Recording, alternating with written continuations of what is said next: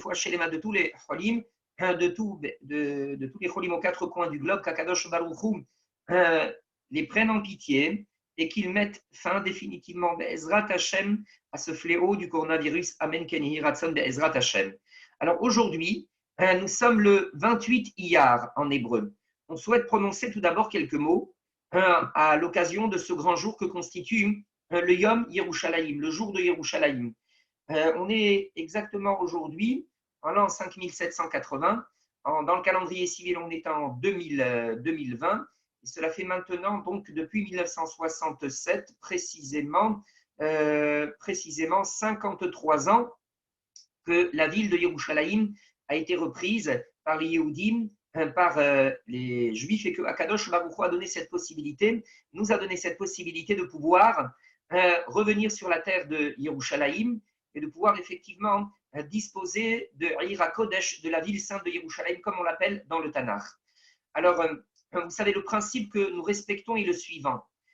Tous les miracles que Akadosh Baruch Hu réalise pour nous, tous les miracles que Akadosh Baruch Hu réalise en notre faveur, on se doit d'avoir les yeux suffisamment ouverts pour pouvoir les voir, les observer, en prendre conscience et être capable de lui adresser nos remerciements, être capable de lui exprimer toute notre gratitude et toute notre reconnaissance.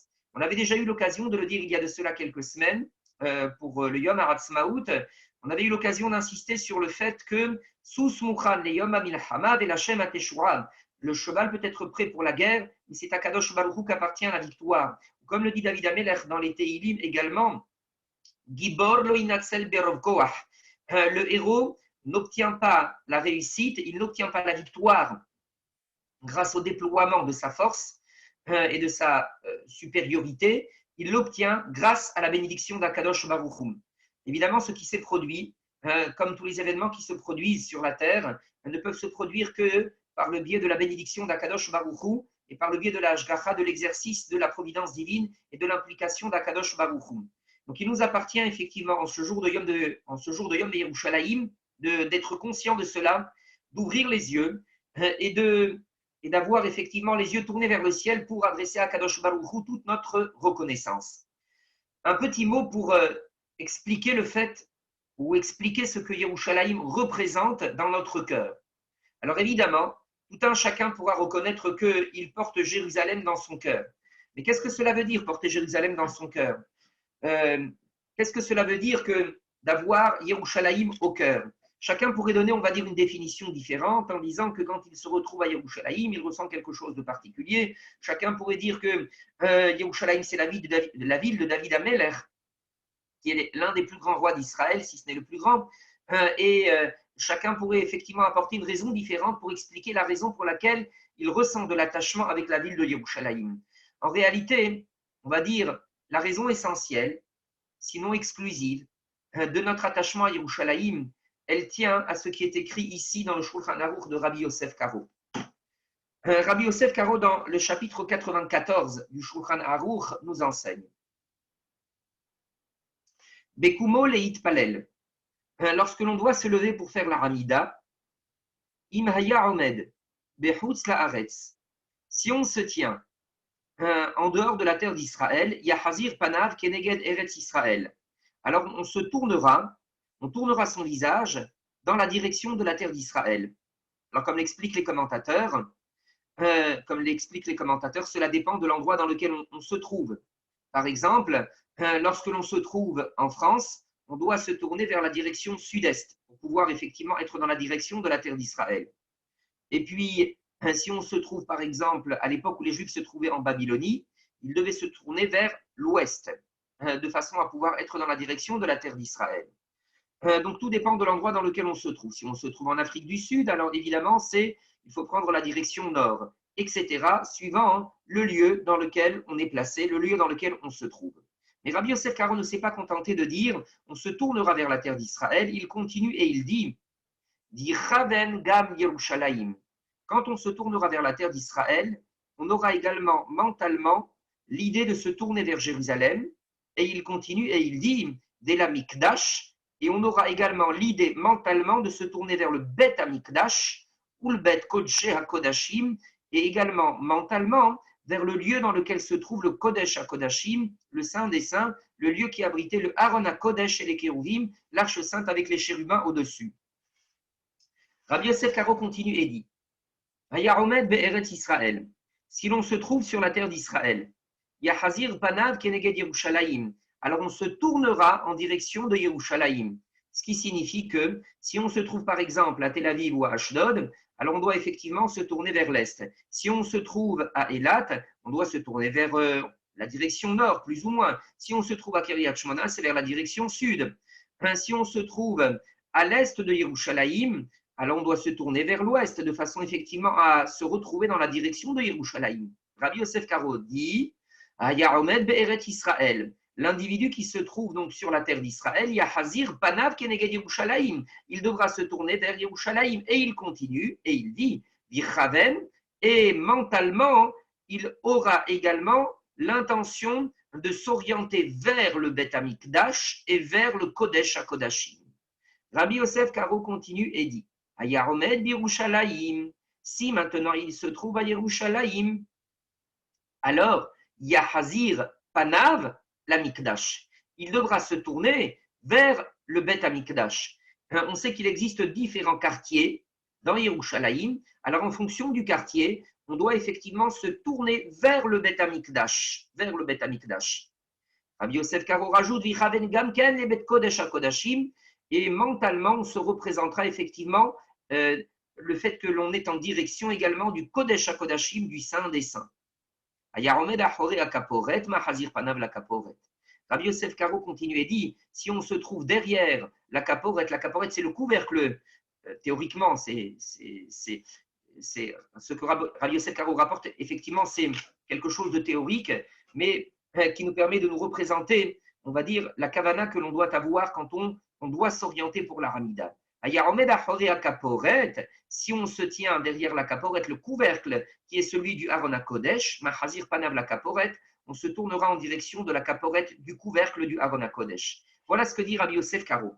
Ces paroles de Rabbi Yosef Karo nous permettent de réaliser que la raison pour laquelle Yerushalayim se trouve, on va dire, dans notre cœur, la raison pour laquelle nous avons cet attachement indéfectible à la ville de Yerushalayim, c'est parce que c'est le lieu dans lequel se trouve le Bet Amikdash, c'est le lieu dans lequel se trouve le temple, c'est le lieu à propos duquel Akadosh Baruch Hu a dit dans la Torah, Makom Asher Ani Ebhar Leshaken Shenisham, c'est le lieu dans lequel je choisirai effectivement de faire régner et de faire résider mon nom. Voilà pourquoi Yerushalayim compte tellement dans notre cœur. Par voie de conséquence, en réalité, si nous aimons Yerushalayim, si nous avons cette crainte, cette vénération, cet attachement à Yerushalayim, c'est parce que c'est le lieu dans lequel Akadosh Baruch Hu fait demeurer sa Shekhinah de façon extrêmement intense. On le sait, comme la Mishnah nous l'enseigne, il existe différentes Kedushot, c'est-à-dire différents degrés de sainteté les uns au-dessus des autres. La terre d'Israël est appelée Eretz HaKodesh, mais la ville de Yerushalayim est au-dessus de la terre d'Israël, etc. Dans Yerushalayim elle-même, jusqu'à arriver au Bet Amikdash, au lieu dans lequel se trouve la Shekhinah et la présence divine, qui est le haut lieu de la Kedusha, c'est le lieu effectivement qui est au-dessus des autres, et c'est par ce lieu-là, vers ce lieu-là que convergent nos téphilotes avant de s'acheminer vers le ciel. Voilà la raison pour laquelle nous avons cet attachement extrêmement fort à l'égard de la ville de Yerushalayim, ce qui nous permet de prendre conscience qu'en définitive, Yerushalayim représente ce lien que nous entretenons avec Akadosh Baruch Hu. En définitive, Yerushalayim, c'est le lieu qui concrétise l'amour et le lien que nous entretenons avec Akadosh Baruch Hu. Il y a une très belle image qui est utilisée dans Shir HaShirim. Shir HaShirim, vous savez, c'est ce livre-là, le Cantique des Cantiques, c'est un livre qui est, comme le disent nos maîtres, Kodesh Kadashim, extrêmement saint, extrêmement kadosh.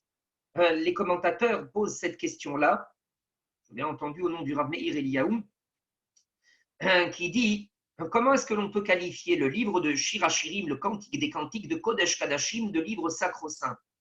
Le livre de Shir HaShirim n'est pas plus saint que les 5 livres de la Torah, que les Hamishah Mouché Torah. On ne peut pas dire effectivement que le livre qui a été écrit par Shlomo HaMelech est supérieur à la Torah que Moshe Rabbeinu a écrit sous la dictée divine. Qu'est-ce que cela veut dire de dire que Shir HaShirim, il est Kodesh Kadashim? Et il explique en fait que cette notion de Kedusha, c'est le fait que la Kedusha, c'est lorsque quelque chose est extrêmement, on va dire, élevé, quelque chose qui est extrêmement transcendant. Il existe dans les différents niveaux d'interprétation de la Torah, on va dire ce que l'on appelle le niveau du pshat, le niveau du sens littéral, jusqu'au niveau du sod, qui est le niveau, on va dire, le plus élevé, le niveau du sod, c'est-à-dire le niveau qui est celui le Perush Anistar, c'est-à-dire la dimension cachée de la Torah. Maintenant, le Rav Meir Eliyahu explique qu'en ce qui concerne Shir HaShirim, si on l'appelle Kodesh Kadashim, c'est pour dire que en ce qui concerne ce livre-là, il n'y a pas d'interprétation relevant du pshat, relevant du sens littéral. Il n'y a que du sod. Il n'y a effectivement qu'une dimension cachée, qu'une dimension mystique, qu'une dimension ésotérique dans ce livre-là. Maintenant, vous savez que ce livre-là, il est tourné autour de l'idée de l'amour qui lie un homme à une femme. Et cet homme-là, c'est entre guillemets Akadosh Baruch Hu, et la femme qui s'appelle la Shulamite, la parfaite, elle représente Knesset Israël, l'Assemblée d'Israël. Maintenant, dans ce livre-là, on utilise un certain nombre de Metsiouyot, c'est-à-dire de réalités qui sont tirées, on va dire, qui appartiennent au monde, à la vie des hommes, à la vie des hommes, à la vie de l'humanité. Et dans ce livre-là, on nous parle de cet amour entre cet homme et cette femme, c'est-à-dire entre Akadosh Baruch Hu et Israël, qui se sont perdus de vue, qui se recherchent et qui sont épris passionnément l'un de l'autre. À un moment donné, il y a cette expression dans Shir HaShirim dans laquelle il est dit Arsenu Ra'anana. Littéralement, cela veut dire notre lit, Arsenu, notre couche, Ra'anana est verdoyante. On parle de quoi dans ce pasouk-là? De la couche des amours, du lit des amours. Et les commentateurs disaient, et qu'est-ce que c'est que la couche des amours et le lit des amours? C'est le Beth Amikdash. C'est le Beth Amikdash. C'est le lieu effectivement dans lequel Knesset Israël, l'Assemblée d'Israël et Akadosh Baruch Hu se retrouvent, si on peut s'exprimer de la sorte. Et ce lieu-là se trouve dans Yerushalayim, donc c'est le lieu le plus sacré qui soit. C'est le lieu par lequel effectivement se concrétise le lien d'amour entre Akadosh Baruch Hu et Israël. Par voie de conséquence, on comprend effectivement ce que représente maintenant Yerushalayim dans notre identité, dans notre conscience, dans notre inconscient. C'est le lieu qui matérialise le Kesher Shel Ahava, le lien d'amour qu'il y a entre Akadosh Baruch Hu et Israël. C'est quelque chose que l'on doit mesurer, quelque chose dont on doit être suffisamment conscient. Et si on en est conscient, on doit encore, on va dire, renforcer cette conscience-là pour que l'on comprenne la valeur qui est celle de Yerushalayim et que l'on ne passe pas, on va dire, que l'on ne s'arrête pas, on va dire à des interprétations ou à un regard qui serait purement folklorique ou qui s'arrêterait sur des choses qui sont secondaires, complètement superficielles. Ça, c'est l'essence même de Yerushalayim et c'est la raison pour laquelle Yerushalayim est tellement, on va dire, précieuse dans notre cœur. Il faut insister sur le fait qu'on associe beaucoup, évidemment, Yerushalayim à David HaMelech, c'est normal, puisque c'est lui qui a fait de Yerushalayim la capitale d'Israël. Et il faut savoir que David HaMelech représente parfaitement l'idée que l'on vient de souligner, c'est-à-dire un amour débordant pour Akadosh Baruch Hu. Le livre des Teilim que David HaMelech a écrit est entièrement traversé par cet amour inconditionnel, sans réserve, sans borne et sans limite que David HaMelech portait à Akadosh Baruch Hu. Le livre tout entier, les chapitres tout entiers des Teilim sont, on va dire, traversés par ce souffle d'amour que David HaMelech portait à l'égard d'Akadosh Baruch Hu. Il suffit effectivement de lire quelques chapitres pour se rendre compte de cet amour débordant que David HaMelech portait à Hachem. Et il suffit de lire quelques passages des Teilim pour se rendre compte du fait que David HaMelech accomplissait pleinement ce qui est écrit dans le passage du Shema Israël que nous répétons plusieurs fois par jour. Tu devras aimer Akadosh Baruch Hu, ton Dieu, de tout ton cœur, de tous tes moyens, de toute ta vie, de toute ton âme. Voilà ce qui est écrit. Et c'est ce que David HaMelech a été capable d'incarner dans sa vie. Et c'est ce qu'il a inscrit au cœur des Teilim. C'est ce que David HaMelech a enseigné à tout le peuple d'Israël. Et c'est ce qui nous enseigne également tout au long des générations, les Doré, Dorot, cet amour inconditionnel pour Akadosh Baruch Hu. Et si Akadosh Baruch Hu a commencé le 28 Iyar, il y a de cela 53 ans, à nous donner cette possibilité de revenir petit à petit sur Yerushalayim, Ira Kodesh, que nous soyons capables d'ouvrir les yeux et que nous soyons capables de comprendre par la même occasion le fait qu'il est impératif, il est indispensable que nous puissions nous préparer spirituellement, mentalement à la Kedusha qui est celle de Yerushalayim pour que Akadosh Baruch Hu puisse faire advenir le Bet Amikdash très prochainement, Bimhera Biamenu Bekarom. On ne peut pas, de n'importe quelle façon, on va dire, entrer dans la Yerushalayim, entrer dans la ville de Yerushalayim, entrer dans le Bet Amikdash. C'est le lieu de la Kedusha par excellence, et cette Kedusha implique de notre part une préparation sérieuse. Si nous n'avons pas encore eu, on va dire, le Bet Amikdash, c'est que nous ne sommes pas encore au niveau de pouvoir le mériter, c'est que nous ne sommes pas, on va dire, en termes de préparation, nous ne nous sommes pas suffisamment préparés pour pouvoir mériter l'avènement du Bet Amikdash. Il convient par voie de conséquence, quand on rappelle la mémoire de Yerushalayim, on rappelle la mémoire du temple, de la mémoire de Yerushalayim, il convient effectivement que nous puissions nous réveiller, que nous puissions suffisamment nous secouer de la torpeur dans laquelle, on va dire, notre quotidien pourrait nous plonger, que l'on soit capable de nous remuer pour effectivement être capable de sincèrement nous élever, sincèrement progresser, sincèrement améliorer notre pratique de tous les jours, sincèrement effectivement faire en sorte de correspondre à ce que Akadosh Baruch Hu attend de nous. Et puis j'enchaîne immédiatement sur les Pirkei Avot en expliquant le fait que l'un des axes de travail fondamentaux, c'est celui qui est indiqué par les Pirkei Avot. C'est-à-dire, nous savons que, et nous allons d'ailleurs, Be'ezrat Hashem, nous avons eu l'occasion de dire à maintes reprises qu'entre Pessah et Shavuot, l'usage dans toutes les communautés d'Israël consistait à étudier les Pirkei Avot. Et puis nous arrivons maintenant au dernier Shabbat qui précède Shavuot, et nous allons étudier maintenant le chapitre 6 des Pirkei Avot, le Shabbat matin, Shabbat après-midi, et le chapitre 6 c'est le chapitre de clôture des Pirkei Avot. Et donc désormais, effectivement, nous serons ensuite en ligne directe jusqu'à Shavuot. Toute l'idée des Pirkei Avot, toute l'idée fondamentale des Pirkei Avot, c'est de rappeler le fait que la Torah se fonde d'abord sur les midot, c'est-à-dire sur la capacité que l'individu a à être tout d'abord un être yachar, un être droit, un être qui est, on va dire, intègre, un être qui respecte des principes de yosher, d'intégrité, de droiture, d'honnêteté. C'est sur ce socle-là que l'on peut ensuite baser, que l'on peut ensuite construire le binyan ha-Torah ve'ha mitzvot, l'édifice de la Torah et des mitzvot. Sans ce socle-là, on ne peut rien bâtir. On ne peut pas effectivement bâtir ni de Torah ni de mitzvot tant que l'on n'a pas posé les fondations. Dans toute construction d'un édifice, il est impératif, et les architectes le savent, et les maçons le savent, il faut d'abord poser des fondations solides. Une fois que les fondations solides ont été posées, alors là, on peut effectivement bâtir la maison. Les fondations solides, c'est ce que l'on appelle les midot tovot, c'est ce que l'on appelle le yosher, la droiture, l'intégrité. On a parlé de David Amelech. David Amelech a écrit dans les Tehilim, Tom va yosher hitzeruni. Tom, c'est la tmimut, l'intégrité. Yosher, c'est la droiture. La droiture et l'intégrité, dit David Amelech, ce sont ces éléments-là qui me protègent et qui m'accordent la protection. Lorsque l'individu chemine de cette façon-là avec Akadosh Baruch Hu, dans la droiture et l'intégrité, il a les ingrédients, il a les éléments nécessaires pour pouvoir construire le binyan ha-Torah ve'ha mitzvot. David Amelech a dit dans un autre verset des Tehilim, au chapitre 119. Vous savez, le chapitre 119, c'est l'alphabéta.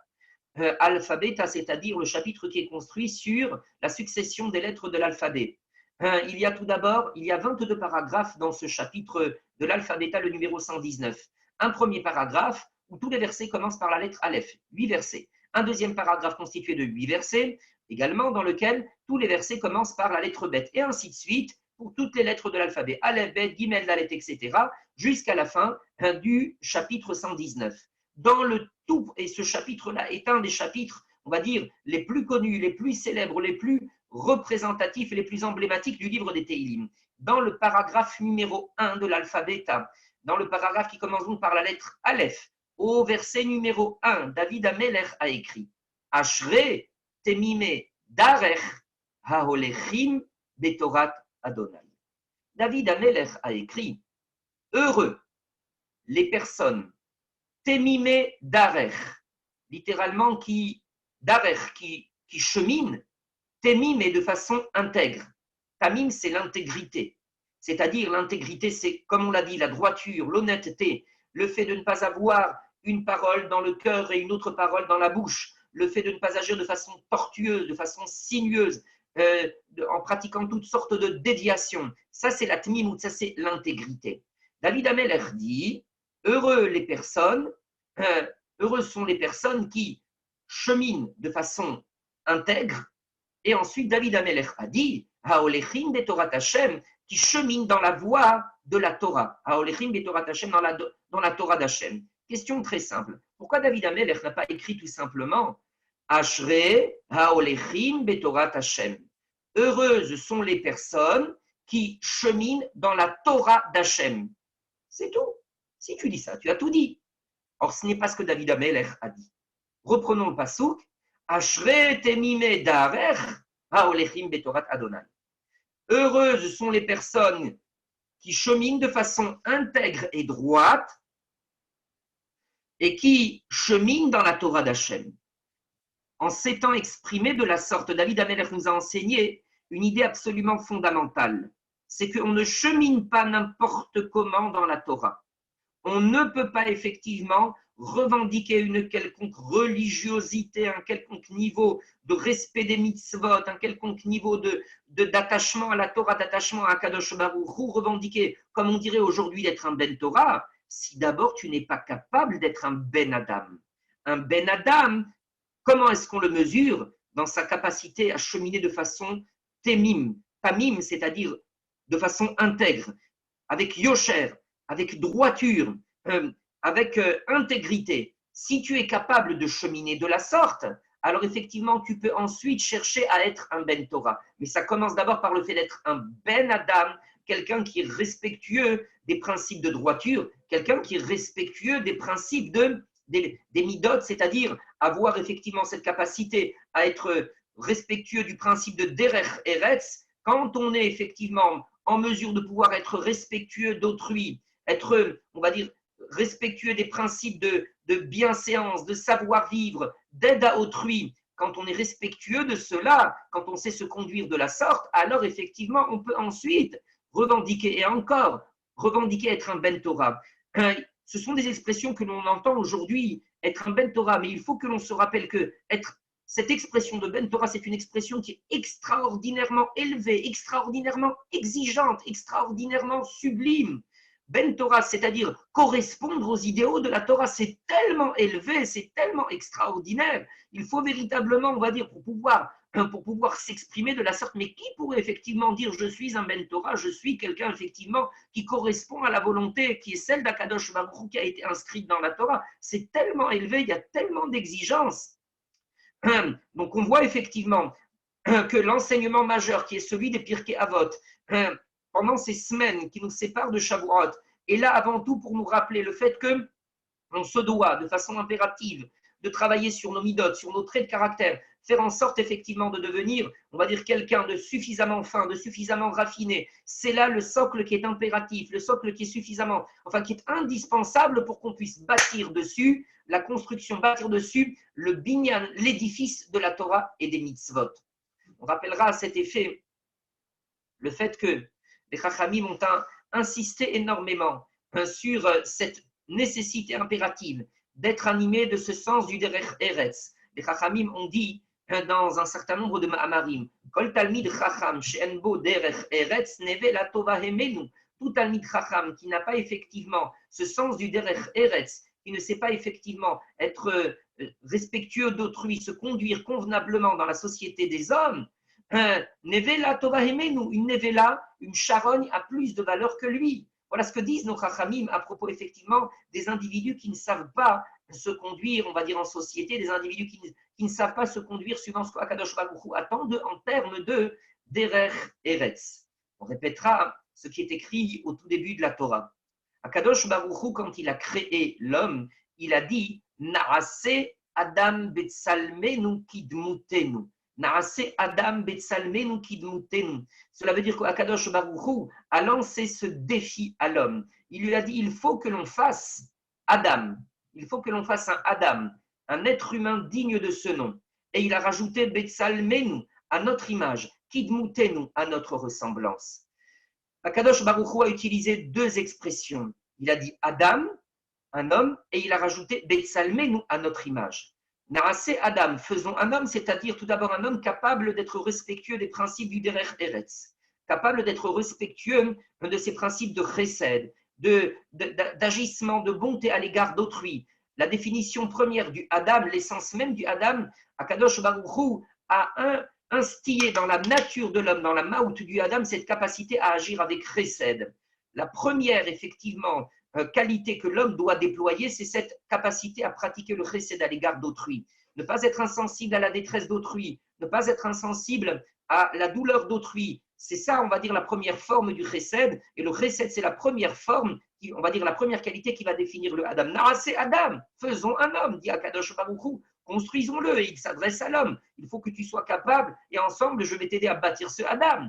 Première étape, donc, être un Ben Adam. Deuxième étape, Betsalmenu, à notre image et à notre ressemblance. À notre image et à notre ressemblance, c'est par le biais de la Torah, par le biais des mitzvot, par le biais de l'étude de la Torah, par le biais d'un investissement sincère dans la pratique des mitzvot.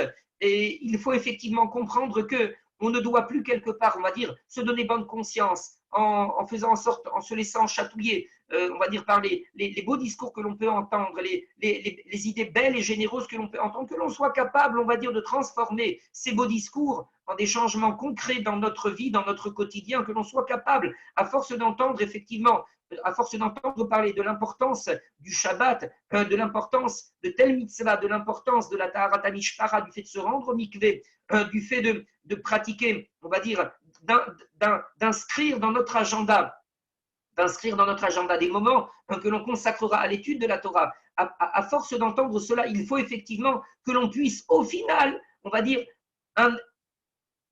inscrire dans notre vie des changements concrets. Ça, c'est effectivement être Betselem Elohim, être à l'image d'Akadosh Baruch Hu, c'est-à-dire quand on est capable, on va dire, de s'attacher aux mitzvot et de s'attacher à la Torah, on s'attache à Akadosh Baruch Hu, on va dire par la même occasion. Le programme qui est inscrit ici, dans la Torah, Narase Adam Betsalmenu, c'est un programme très exigeant, c'est un programme qui est très ambitieux, un programme où l'on voit effectivement où Akadosh Baruch Hu attend de nous que nous soyons des Béné Adam, Narase Adam, et il attend de nous que nous soyons également Narase Adam Betsalmenu, Kidmutenu, que nous soyons des Béné Torah. Quelle est, on va dire, la collectivité qui s'est portée, on va dire, volontaire pour accomplir ce projet-là? Le Zohar HaKadosh, au tout début du Zohar HaKadosh, dit que la collectivité qui s'est portée volontaire, c'est Israël. Quand elle a dit, des siècles plus tard, des millénaires plus tard, puisque Adam Arishon a été créé en l'an 1 de notre calendrier, en l'an 2448, près de 2500 ans plus tard, la collectivité d'Israël a dit à Akadosh Baruch Hu, Narasé.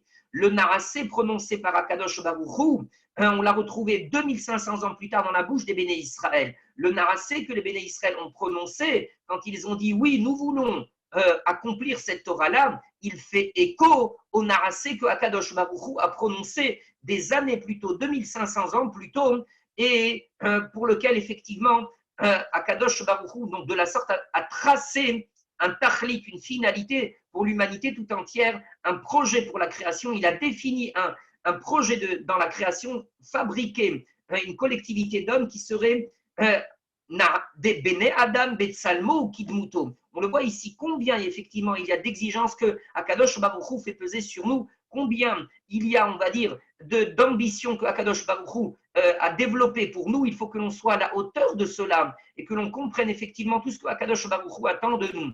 Combien il est important de rappeler qu'il n'y a pas, on va dire, un événement comme, on va dire là, comme la fête de Shavuot qui est précédée par une préparation qui est aussi longue.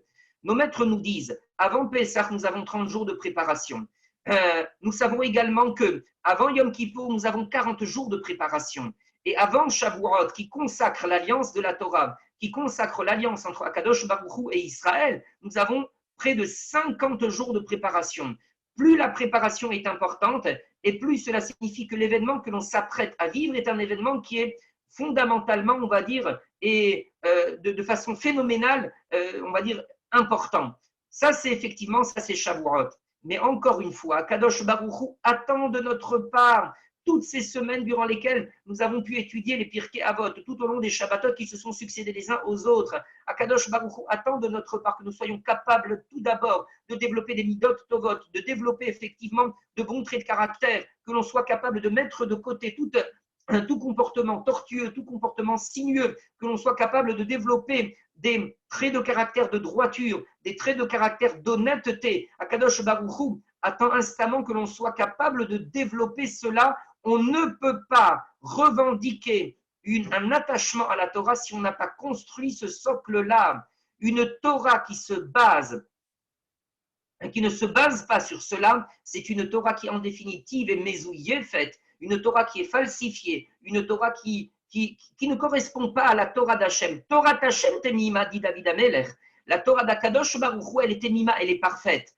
Elle est extraordinairement élevée, extraordinairement sublime. Une Torah qui se fonderait sur, on va dire, des traits de caractère qui ne sont pas raffinés, des traits de caractère qui sont négatifs ou qui sont mauvais, ce n'est pas la Torah que Akadosh Baruch Hu attend. On doit donc être capable de développer ce socle-là et là-dessus de développer le Binyan Torah des Mitzvot. Combien nous devons garder à l'esprit l'exemple représenté ou le contre-exemple représenté par les élèves de Rabbi Akiva.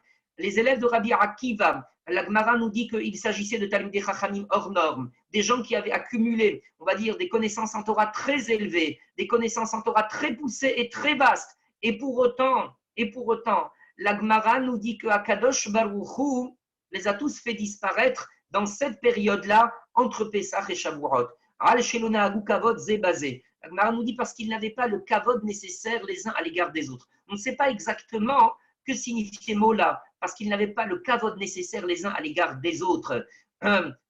Parlant des élèves de Rabbi Akiva, il doit probablement s'agir de quelque chose de plus fin que ce que nous, on pourrait comprendre comme étant un manque de kavod, on va dire entre deux personnes. Mais néanmoins, l'idée fondamentale à retenir de cette Gemara-là, c'est que Akadosh Baruch Hu, l'Oratza, il ne voulait pas effectivement d'une Torah qui ne serait pas construite sur des midot parfaites, sur de la yashrout, de l'intégrité, sur le respect d'autrui, sur un véritable respect réciproque entre deux personnes. Akadosh Baruch Hu, la Gemara dit à propos de la disparition des élèves de Rabbi Akiva, Dehaya Olam Shamem. Le monde s'est retrouvé après la disparition de ses élèves dans un état de désolation, dans un état où tout était désert, tout était détruit, tout était dévasté. Incroyable. Akadosh Baruch Hu a préféré la dévastation, a préféré la désolation, plutôt que effectivement qu'on poursuit, que l'on puisse continuer à enseigner la Torah. La réponse est toujours la même. L'Oratza Akadosh Baruch Hu ne voulait pas que l'on transmette une Torah mezouillée, faite falsifiée. La Torah qui ne se transmet pas dans le respect, on va dire, dans le respect d'autrui, la Torah qui ne se transmet pas, on va dire, sur le socle des midot tovot, sur le socle des bons traits de caractère, sur le socle de l'honnêteté, sur le socle du yosher, de la yashrut, de la tmimout, c'est une Torah Akadosh Baruch Hu, une Torah dont Akadosh Baruch Hu ne veut pas. Voilà pourquoi effectivement l'ensemble des élèves, la totalité des élèves de Rabbi Akiva ont disparu et il a fallu que Rabbi Akiva se remette de nouveau à l'œuvre, qu'il enseigne la Torah aux 5 grands élèves que nous connaissons, Rabbi Meir Bar Alanes, Rabbi Shimon Bar Yochai, à partir desquels l'enseignement de la Torah a refleuri, à partir desquels l'enseignement et la perpétuation de la Torah a pu effectivement avoir lieu et prendre corps.